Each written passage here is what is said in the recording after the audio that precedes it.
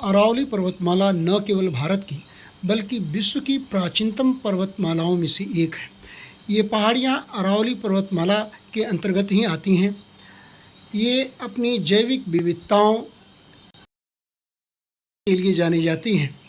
इन्हीं पहाड़ियों से जुड़े हुए क्षेत्रों में जैव विविधताओं के रूप में तरह तरह की वनस्पतियों की उपस्थिति पाई जाती थी या पाई जाती है, और इन्हीं के सानिध्य में स्थित जंगलों में बड़े पैमाने पर वन्य जीवों की उपस्थिति थी, जो अब धीरे धीरे समाप्त होती जा रही है।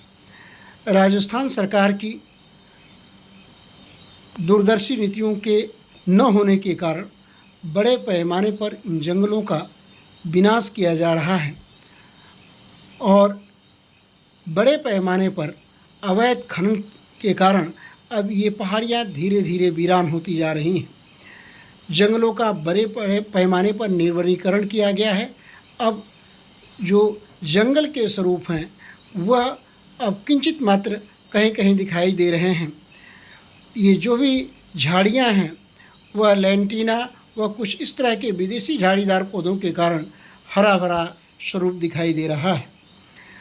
मानवीय प्रवासन के कारण बड़े पैमाने पर जनसंख्या दबाव के कारण अब ये जंगल धीरे धीरे समाप्त होते जा रहे हैं और इसकी जैव विविधता न केवल पेड़ पौधों के रूप में बल्कि उपस्थित जंगली जीवों की रूप में भी अब धीरे धीरे समाप्त होते जा रहे हैं। ये जिन पहाड़ियों को आप देख रहे हैं ये डूंगरपुर जिला के रामगढ़ आसपुर से जुड़े हुए क्षेत्रों की स्थिति है, जो अब धीरे धीरे वीरान होते जा रहे हैं। ब्रिटिश पीरियड तक ये जंगल संरक्षित वन क्षेत्र के रूप में थे। काफ़ी घने जंगलों के रूप में इनकी उपस्थिति थी और विविध प्रकार के वृक्षों व जीव जंतुओं की उपस्थिति थी। इन वृक्षों में चंदन, सागौन, खेजड़ी आदि के भी पौधे उपस्थित थे, जो अब कहीं दिखाई नहीं देते हैं। सरकार ने यहाँ पे फॉरेस्ट डिपार्टमेंट की उपस्थिति की है।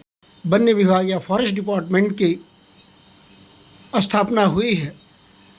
उस वक्त से जंगलों का विनाश और तेज़ी से बढ़ गया है, क्योंकि ये जो पहाड़ियाँ देख रहे हैं जिस तरह एकदम वीरान और सुनसान दिखाई दे रही हैं, वन विभाग की उपस्थिति की स्थिति में यह इनकी दशा है।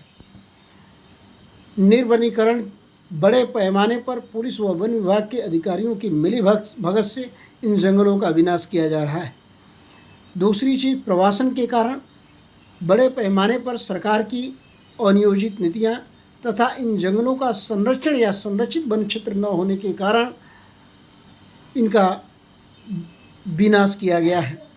दूसरा सबसे बड़ा कारण रहा कि कांग्रेस की सरकार में बिना सोचे समझे सोन कमला अम्बा बांध परियोजना को जो यहाँ लाया गया, जो सघन वन क्षेत्रों में, उसके कारण भी जंगलों के विनाश